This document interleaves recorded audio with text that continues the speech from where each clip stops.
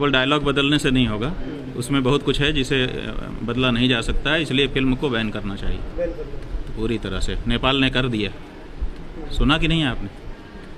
वो हमसे ज़्यादा सेंसिटिव है। हमारे देश में जो लोग हिंदू हिंदू करते हैं उनको सोचने की ज़रूरत है कि हम कहाँ हैं और क्या कर रहे हैं। ये दिखा करके आप हिंदुत्व की प्रतिष्ठा करेंगे? अच्छा, इसमें जो आदिपुरुष के राइटर मनोज मुंतशिर पर इन दिनों नेपाल वाले खार खाए बैठे हैं, और नेपाली खार इसलिए खाए बैठे हैं क्योंकि मनोज मुंतशिर ने कह दिया जी नेपाल तो भारत का हिस्सा था। नेपाल अलग कहां था, वो तो अखंड भारत का ही एक हिस्सा था 1904-1905 तक। अब इसके बाद नेपाल में लोगों का गुस्सा जो है वो 7वें आसमान पर पहुंच गया है। आदिपुरुष फिल्म के चलते नेपाल में क्या कहें, नेपाल के कुछ हिस्सों में हिंदी फिल्मों को बैन कर दिया गया था। बॉलीवुड की सभी फिल्में बैन कर दी गई थी। हालांकि बाद में नेपाल की जब कोर्ट में यह मामला गया तो वहां के कोर्ट ने कहा कि नहीं आप सारी फिल्मों को बैन नहीं कर सकते। अगर नेपाल सेंसर बोर्ड की तरफ से कोई फिल्म पास हुई है तो फिर आपको फिल्म रिलीज करनी पड़ेगी।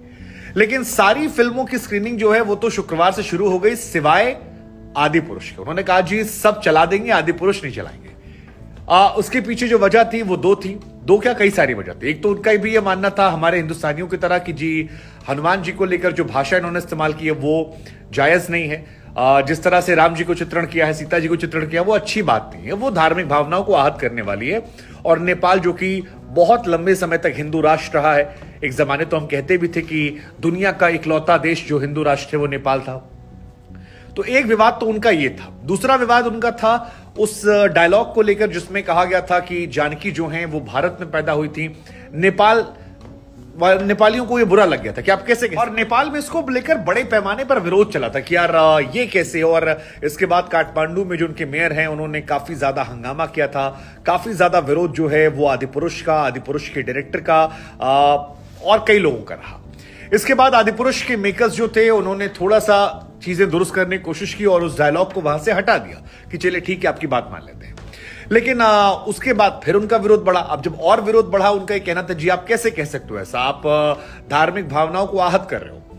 मनोज मुंतशिर को कई नेपाली जो क्रिएटर्स थे उन्होंने वीडियोस बनाकर कहा कि जी आप राइटर हैं, क्रिएटर हैं, अपनी इमेजिनेशन की दुनिया में आप चीजें बनाइए, लेकिन ऐसी बातें मत कहिए जो दो देशों के संबंधों को खराब करें।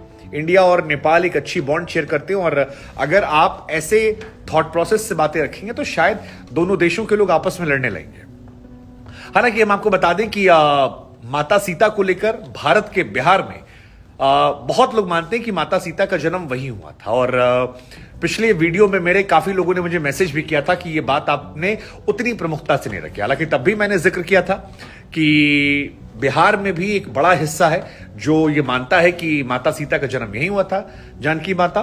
लेकिन जो हम लोग बचपन से सुनते आए हैं वो ये कि माता सीता का जन्म जो हुआ था वो जानकी जहां पर हुआ था वो नेपाल में, मिथिला है, और राजा जनक उनके पिता जो थे वो नेपाल से ही थे। ये हमने बचपन से सुना समझा है। अब वाल्मीकि रामायण के अनुसार सीता जी का जन्म जो है वो जनकपुर में हुआ था, जिसे मिथिला कहते हैं, विदेह नगर भी शायद कहते थे। वहीं पर उनका जन्म हुआ था। राम जी से शादी करने से पहले वहीं रहती थी। महाभारत काल में कहा जाता है कि जी वहां पर जंगल था और वहां पर तमाम ऋषि मुनि पूजा करने जाया करते थे। उसके बाद वहां पर एक भव्य मंदिर बन गया है। बाद में मंदिर भी शायद कुछ डैमेज हुआ था लेकिन फिर बना गया। काफी पुराना मंदिर है, 300-400 साल पुराना।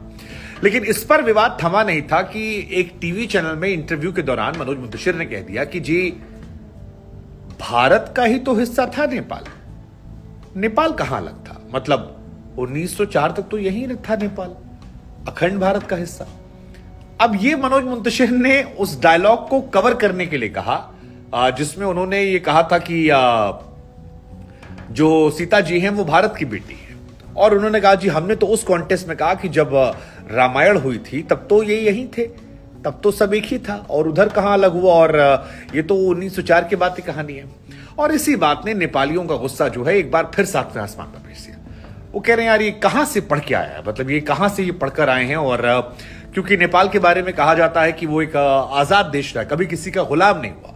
हालांकि उसके पीछे भी कहानी है जो हम आपको आगे बताएंगे। लेकिन मनोज मुंतशिर का ये जो बयान है ये नेपालियों को बहुत नाराज कर गया और फिलहाल वो सब मनोज पर जबरदस्त तरीके से भड़के। तो जी नेपाल की कहानी ये है, दरअसल जो मनोज मुंतशिर साहब कह रहे हैं उसके पीछे कहानी ये है कि 1923 में नेपाल से अंग्रेजों का संरक्षण हटा था।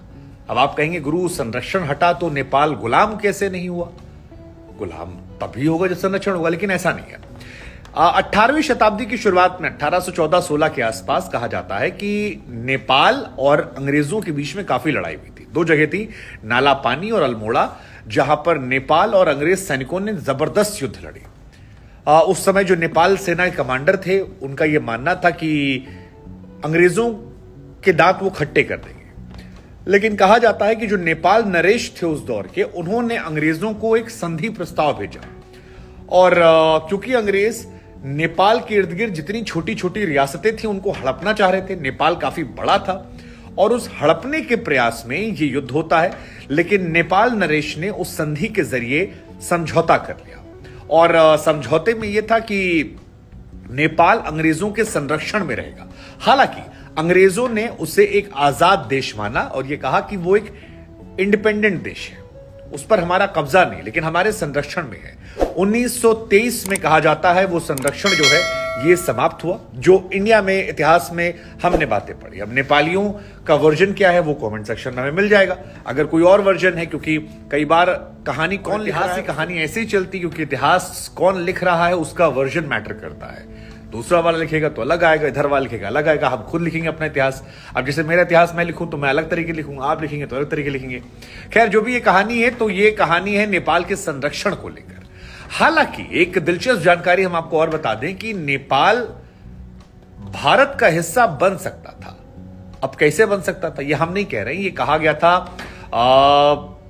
हमारे जो लेट एक्स प्रेसिडेंट साहब थे, प्रणब मुखर्जी साहब, उन्होंने कहा कि नेपाल के राजा वीर विक्रम जी जो थे, उनकी किताब में ये मैं नहीं बता रहा हूं, ये किताब का वर्जन है, क्योंकि देशों की बातें बहुत सेंटिमेंटल होती हैं और मेरे बहुत नेपाली फैंस हैं, बहुत सारे चाहने वाले लोग हैं और मैं नहीं चाहता हूं कि उनकी बातें दिल पर लगे, इसलिए कोट कर रहा हूं मैं। हमारे प्रेसिडेंट प्रणब मुखर्जी साहब ने यह कहा कि पंडित जवाहरलाल नेहरू को राजा विक्रम जो थे उन्होंने ऑफर किया था कि नेपाल को भी शुरू के दौर में भारत का हिस्सा बना लिया जाए, एक राज्य के तौर पर शामिल किया जाए। इससे नेपाल और इंडिया टुगेदर काफी ज्यादा ग्रो कर सकते हैं। हालांकि उनका किताब में यह भी वर्जन है कि जो ये बात आई थी, पंडित नेहरू इसके बहुत फेवर में नहीं थे और उनका यह मानना था कि नेपाल एक इंडिपेंडेंट कंट्री है और उसे अपनी स्वायत्तता को बनाए रखना चाहिए। अब इस किताब में जो कहानी उस पर कितना यकीन करते हैं ये, और हम लौटकर आ जाते हैं अपनी मूल कहानी पर। मूल कहानी हमारी कहां शुरू हुई थी? आदि पुरुष मनोज मुंतशिर। तो जी, आदि पुरुष का बंटाधार जो है वो हो गया है। केवल 3 करोड़ रुपए उन्होंने कमाए हैं शुक्रवार को और बहुत जगह से फिल्म जो है उतार दी गई है।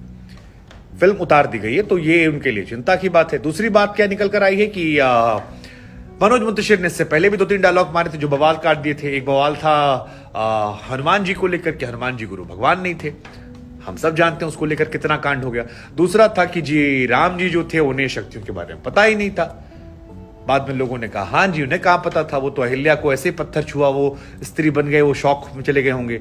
मतलब लॉजिक कहां से है? ठीक है। और तीसरा, नेपाल वालों ने कहा जी नेपाल भारत का हिस्सा था, अखंड भारत का, उसको लेकर भी लोगों ने नाराजगी जताई और उन्होंने कह दिया जी कवर करने में कि सीता माता जी यहां पैदा। हम तो कह रहे थे कि उस टाइम की बात है जब नेपाल इंडिया का हिस्सा हुआ करता। तो कुल मिलाकर मनोज मुंतशिर जो है वो कांड पे कांड किए जा रहे हैं। फिल्म सुपर फ्लॉप हुई। हालांकि खबर ये भी आई थी कि प्रभास ने इस फिल्म को बचा लिया, अदरवाइज ये फिल्म जो है ये 2 टुकड़ों में बनने वाली थी, आदि पुरुष 1, आदि पुरुष 2। पहली वाली एक हफ्ते के बाद देखने लोग नहीं जा रहे हैं, शो उतर गए। 3 करोड़ रुपए सिर्फ कमाए 150 रुपया टिकट करने के बाद। आप सोचिए क्या हाल होता। बाकी जो बातें हमने बताई, नेपाली भाई बहन क्या कहते हैं और बताइएगा। कुछ लोग मेल करते रहते हैं, हम भी इंतजार करेंगे आपके मेल पढ़ने का।